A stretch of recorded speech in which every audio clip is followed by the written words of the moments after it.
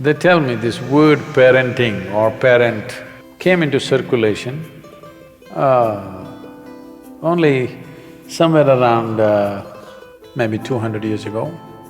And just about at that time, one John Walmart, the Earl of Rochester, said something significant. He said, before I got married, I had 6 wonderful theories about how to parent. But now I have 6 children and all theories are gone. Unfortunately, somewhere people have been made to believe that children are all born improper and we have to make them proper. No. So what should I do parenting? I want you to look back and see, when you were 5, 6 years of age, what would be the best kind of parents to have? If you look back, you would know very clearly.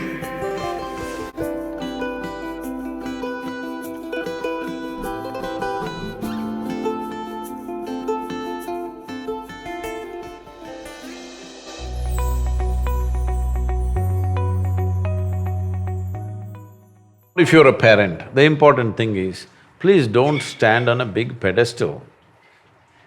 The only qualification you have is, you just came here a few years early, that's the only mistake you've done. Yes? When you say, I wish I was young, what it means is, I made the mistake of coming too early.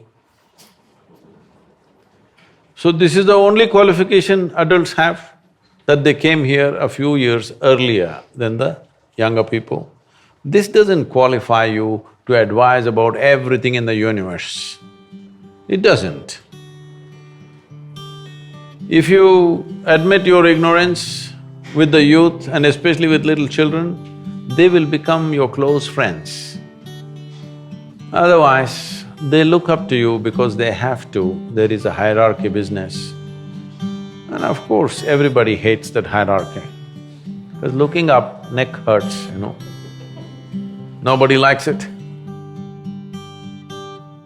Because in trying to place yourself above, you're losing the possibility of being a good friend. If you're not a good friend, they're not seeking your advice. They're not just in the neighborhood, now globally they seek answers, okay? You don't know where their friend is. Their friend is in Timbuktu right now, not in the neighborhood. A relationship is only possible when you're not on the pulpit, you're down on the ground like everybody else, on the same 2 feet. Then only it's possible, then only there is a friendship. When there is a friendship, there is room for correction. When there is no friendship, you can say what you want, nobody's going to listen anyway.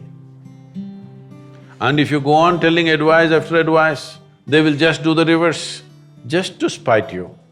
A whole lot of children do things just because it freaks the parents. Yes or no? Yes. They're doing it just to freak the parents, they just enjoy it. Because this advice and advice and advice. Advice is sickening, nobody likes advice. But if there was a bond of friendship, naturally they would listen.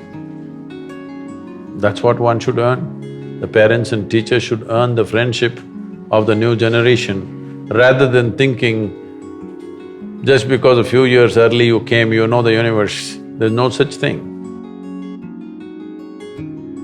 So just stop advising them. Just be friends with them, play with them, go to a cinema with them, listen to their kind of rap music, dance with them. You will see they will be fond of you, there'll be a relationship. Once there's a relationship, you can do something, you can influence them.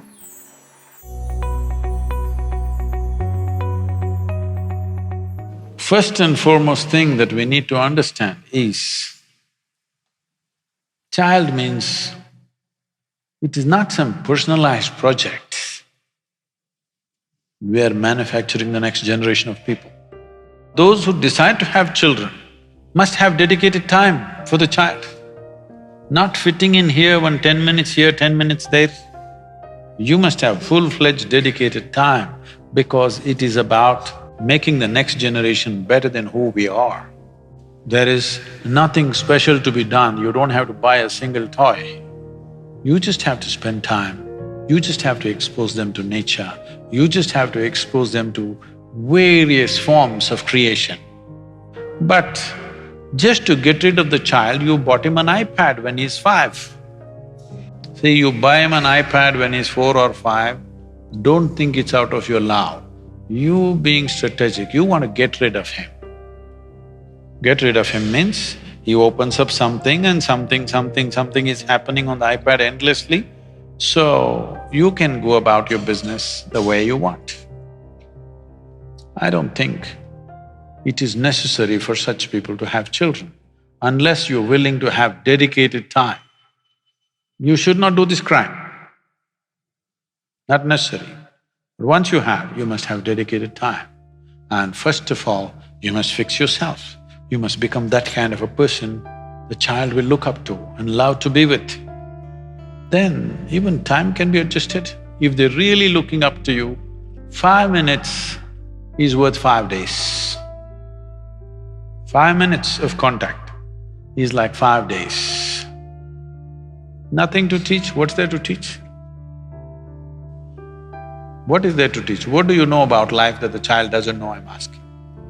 Survival tricks, don't teach them too early. This is a serious problem. These days, I think it's a little less than what it used to be before. 3-year-old child, they're asking, what do you want to become? I want to become pilot. I want to become commando. These days all the boys want to be commando because that's the games they're playing.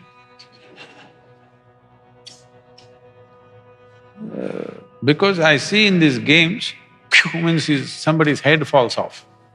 They may become jihadi Johns. Because right from childhood, they're taking off people's heads. So what do you want to expose your children to is something that every parent needs to think about, because it is exposure. It is not moral teaching which is going to stick. It is the exposure that the child is exposed to which is really going to stick right through their life. You must expose them to all the positive, wonderful things. Positive things does not mean right versus wrong, simply life the way it is. I think if people want to have children, this may sound extreme, but I would say at least for 2 months in a year, those who have children should withdraw into a natural space, not live in their city boroughs or those bird nests of apartments. They must go away at least for 2 months. It's all right even if you have to live in a tent somewhere, but they must live in nature, the children. Very, very, very important. If you want to have your children physically, mentally healthy and balanced, which is the most important thing,